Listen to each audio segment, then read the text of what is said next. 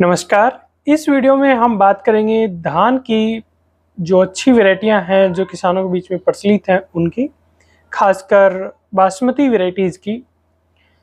जो बहुत popular variety है, अच्छी मार्केट प्राइस मिलती है, वो है हमारी पूसा बासमती 1121।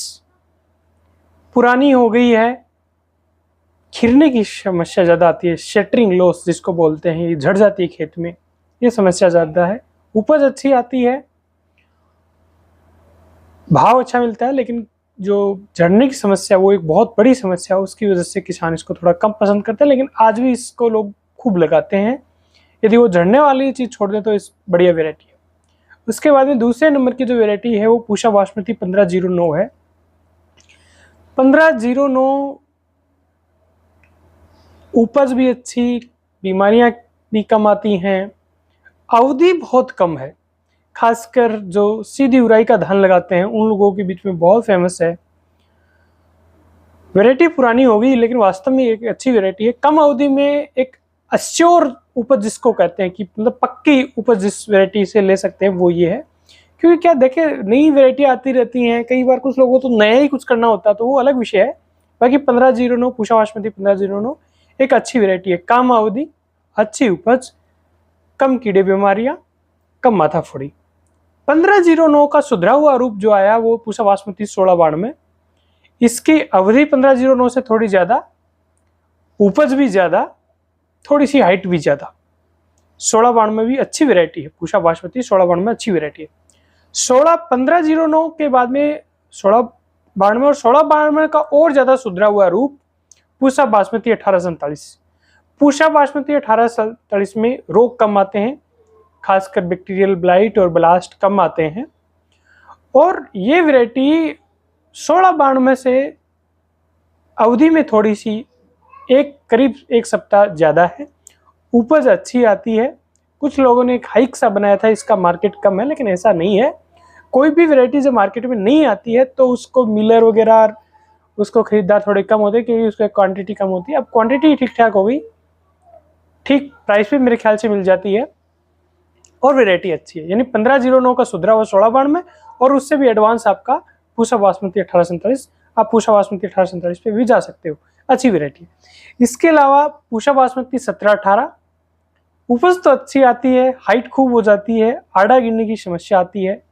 ये पूसा बासमती 1718 का थोड़ा सा नेगेटिव है, क्योंकि उपज बहुत अच्छी है लेकिन हाइट ज़्यादा होने की वजह से, हालांकि तना ठीक है लेकिन हाइट बहुत ज़्यादा होने की वजह से कई बार गिरने की समस्या आती है। कुछ लोग इसके झड़ने की भी शिकायत बताते हैं। इसके अलावा दो नई वैरायटियाँ अभी आई हैं, पूसा बासमती 1885 और पूसा बासमती 1886। पूसा बासमती 1885 तो 1121 का ही सुधरा हुआ रूप है, अच्छी वैरायटी है, आप इसके ऊपर जा सकते हो। नई है। पूसा बासमती 1885 और पूसा बासमती 1886 दोनों में ही रोग कम आते हैं, खासकर बैक्टीरियल ब्लाइट और ब्लास्ट जो रोग है वो कम आते हैं। आजकल ये चीज़ बहुत इंपॉर्टेंट हो गई है कि हम सिर्फ उपज को ही कंसिडर ना करें, अवधि को ही कंसिडर नहीं करें, हम ये भी कंसिडर करें कि उसमें कीट और रोग का जो प्रकोप है वो कैसा रहता है। तो उस लिहाज से पूसा बासमती 1885 और 1886 भी अच्छी है। एक निवेदन मेरा आप सब लोगों से है, देखिए ये मैं जो वीडियो बना रहा हूँ ये मेरा जो एक किसानों से मैं फीडबैक लेता हूँ उस बिहाफ पे मैं बना रहा हूँ, लेकिन किसान का भी एक अपना अनुभव होता है। तो आपके एरिया में कौन सी वैरायटी ने कैसा परफॉर्म किया, इसको आप कमेंट बॉक्स में लिखें प्लीज़, और बताएं कि हमने ये वैरायटी लगाई, इसकी ये उपज आई और ये इसकी खास विशेषताएं हैं, ये इसमें कमियां रहेगी, ताकि बाकी लोगों को डिसीजन लेने में आसानी रहे। कागजी तौर पे देखा जाए तो पूसा बासमती 1121 की जो उपज बताई जाती है वो 18 क्विंटल पर एकड़ बताई जाती है। 1509 की भी ये करीब 20 क्विंटल पर एकड़। पूसा बासमती 1718 की 18 से 20 क्विंटल प्रति एकड़। पूसा बासमती 1692 की आपकी 20 से 24 क्विंटल पर एकड़ बताई जाती है। और पूसा बासमती 1847 की 20 से 21 क्विंटल उपज बताई जाती है प्रति एकड़।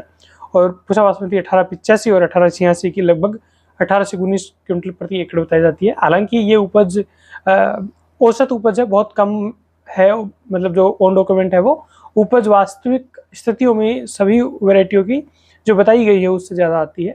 फिर भी मेरा पुनः आप सब लोगों से करबद्ध निवेदन है कि प्लीज़ आप अपना फीडबैक दें और मैंने जो बोला है उससे ज़्यादा वैल्यूएबल वो आपके कमेंट होने वाले हैं। आपका रियल एक्सपीरियंस किसान जानिए। किसी भी रिसर्च पेपर या किसी भी एक आदमी की राय से ज़्यादा इंपॉर्टेंट ये है कि किसानों का अनुभव। और प्लीज़ आप इसलिए थोड़ा सा समय निकाल के कमेंट करें कि कौन सी वैरायटी आपके एरिया में कैसा परफॉर्म करती है। नमस्कार, जय हिंद।